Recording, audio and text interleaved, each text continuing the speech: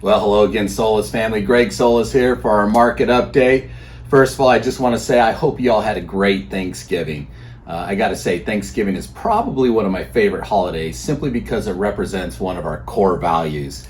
Having a grateful heart, I think, is so important to having a positive attitude in life. And so I've always told my kids often, I say, if I could wave a wand and help you to have one great characteristic, it would be that you would have a grateful heart, an attitude of gratitude. So that's what I try to do on Thanksgiving. I really try to reflect back on the things that I'm thankful for.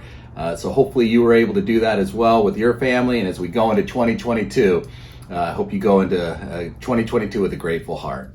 Market-wise, the market continues to do pretty good. We're still trading near our all-time high on the S&P 500, simply because the economy's good. GDP numbers look good.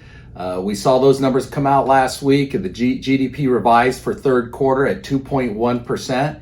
That's a good number. In addition, we see the labor markets are really strong right now. As a matter of fact, we only saw about 199,000 unemployment claims last week.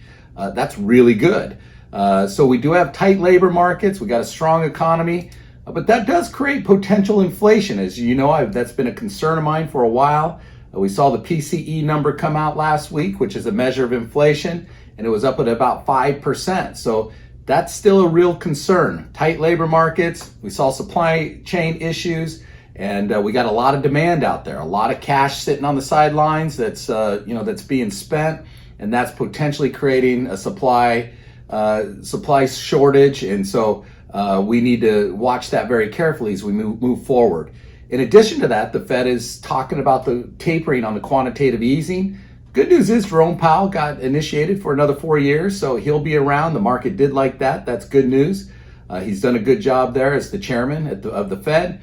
But he is talking about tapering, and so we're seeing interest rates beginning to go up. We saw the 10-year Treasury move up to about 1.66%. So we are definitely close to a little breakout there. Which we should see. When you have a strong economy, potential inflation, the Fed going to taper, we should see those rates go up a bit. And so it's a real delicate balancing act between trying to not let the economy slip into a recession, not letting the economy take off too strong to where we see a lot of inflation. And one of the worst things to see is a slow economy with inflation, which is what we call stagflation. And sometimes that happens when we have high energy prices, high oil prices. So we're watching that as well because the price of oil has gone up quite a bit.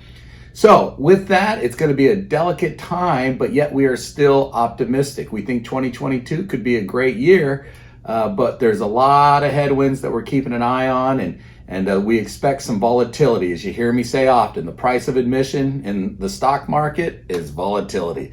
So expect that, but right now everything's in pretty good order. The economy looks good, accounts look good, everything's in good shape. If you need us, you know we're here for you. Don't hesitate to call. Again, my very best to you and your family through the holiday season. Hope you have a great 2022. God bless.